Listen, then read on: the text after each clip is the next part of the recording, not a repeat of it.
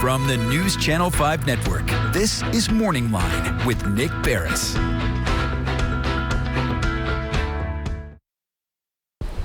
Good morning, everyone. Thanks for joining us on Morning Line. I am Nick Barris. It is a Tuesday and an interesting show on tap. I'm wondering, as you sit at home, and maybe you can join in the conversation today. We all know about inflation right now. We know the prices of things have gone up. Where have you dialed back your spending, or have you? I mean, my personal observation is that the general public, at least to this point, is still spending. And as long as you're willing to go out and pay these higher prices, they ain't going down. And I'm wondering, you know, with the interest rates going up, that may have a factor, especially when it comes into larger purchases like automobiles or homes. But spending, have you dialed it back? I use an example of this. On occasion, even though I'm eating less and less red meat, we'll have a steak every week or so, a beef steak. That's done for me. And it's not because ultimately I couldn't afford to pay for a steak these days. I can, but I'm just not going to pay $12 for a 4-ounce steak. Not worth it to me. So you know what? Beef industry, lower your prices or I ain't buying your stuff anymore. There's plenty of other things I can eat.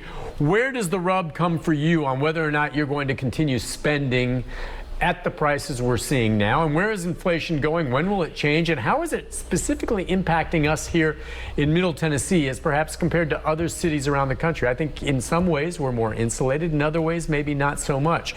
To talk about this, we're so lucky to have so many great universities here in Middle Tennessee and great experts that will join us. We have an economics professor from Lipscomb joining us, Julio Rivas. It's nice to have you on. Thank you for coming. Well, thanks, Nick. I appreciate the invite. And yes, we'll talk about inflation. We'll talk about the state of the economy, and we will address all the questions from the audience. Everyone's talking about that right now. You know, there's the chicken wing index. What were you saying? It's interesting. I mean, chicken wings, that's an example you give of things that have gone way up in price. Yes, I was with a friend the other day, and we were just looking through the menu and at a restaurant, and he pointed out that 18 wings were more expensive than a small steak. Yeah.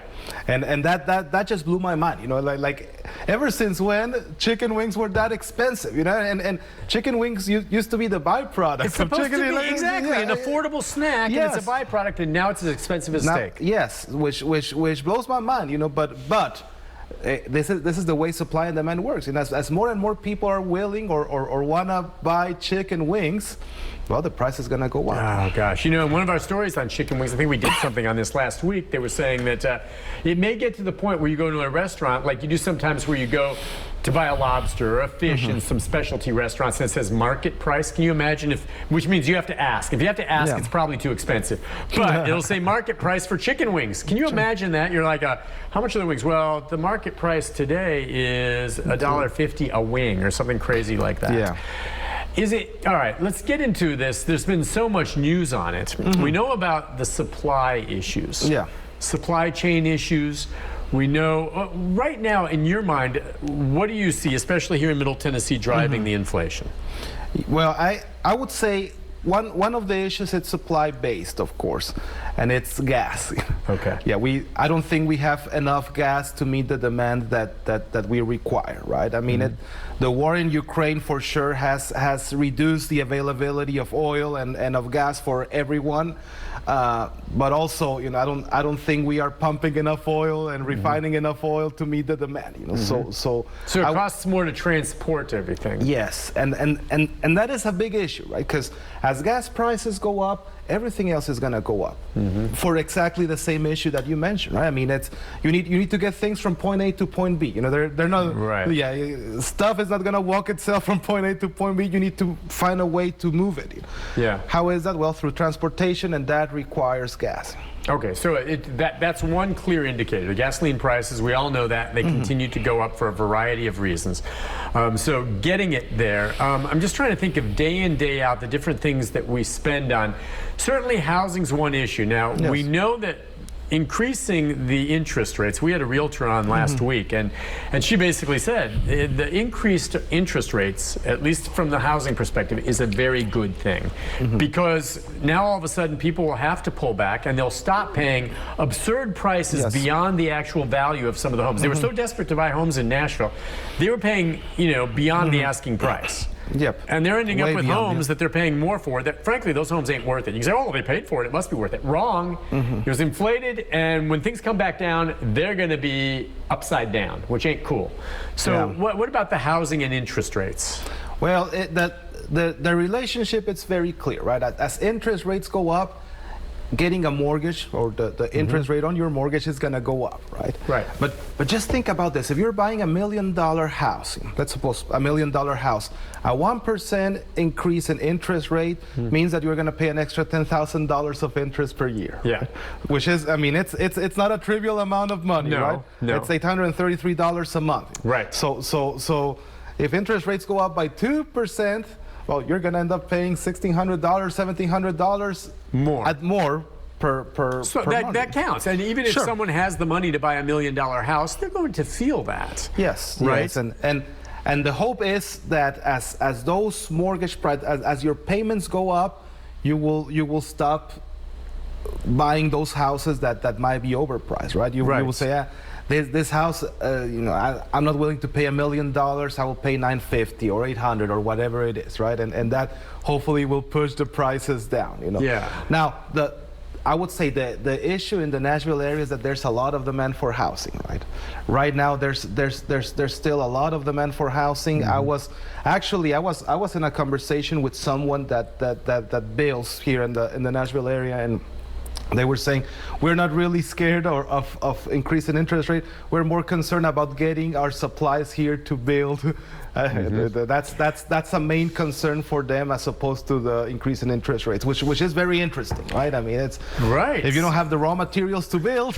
And they're paying more for those materials too. Yes. So interest rates are That's going true. up. They're paying more for those materials. And I've heard from several people that are waiting for homes to be completed, builders who say that they've got to stop because I don't know if it's lumber, I don't know what they're waiting for, Yeah. but they're not getting what they need to finish a home. Yes, and well, that's also investment that is stuck. I mean, if you cannot finish a home because you lack lumber or ABC, well, it's an investment that is sitting there and it's not generating money for you, right? So you don't want that, right? Right. Well, the supply chain, we know it was, several months back we heard off, the California coast, all those, freighter ships were just stagnated there and there were issues because they didn't have the staff to unload.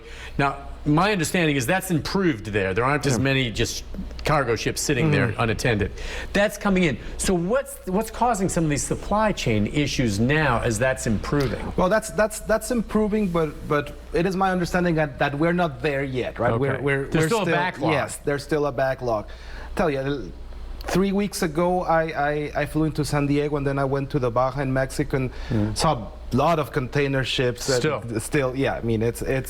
I mean, I know things are improving, but we're not there yet, right? We need to make it better, and this might be a bigger concern. We might need to have bigger ports. We might need to have more automation. We might need to find different ways. Now, baby formula. Yeah, That's just that hit me out of the blue. Yes. I can understand some of what the building, and we've heard all along about parts for vehicles. Well, right now, getting a new car, you're waiting forever, so used cars cost a lot. Yes. But baby formula, I mean, it's interesting to see where things hit and what they are and how it impacts, and we see how that was a big deal, and I guess that's improving to some degree, but. Baby formula. Yeah, no, that's a primary need. I mean, it's not a luxury good. We need to have that to feed our babies. And if we don't have formula, well, that's a big problem.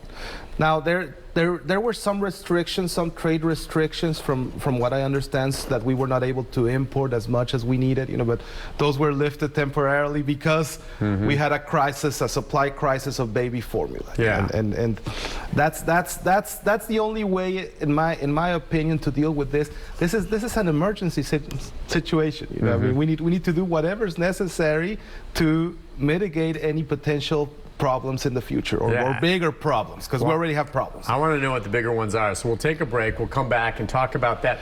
Also, the question that I posed at the beginning of the show, whether or not Nashville or Middle Tennessee to some degree is handling it differently than other cities in the country, or are we more insulated because of our economy? And you already heard from the builders, right, who said, hey, it doesn't bother me. I mean, people are buying anyway.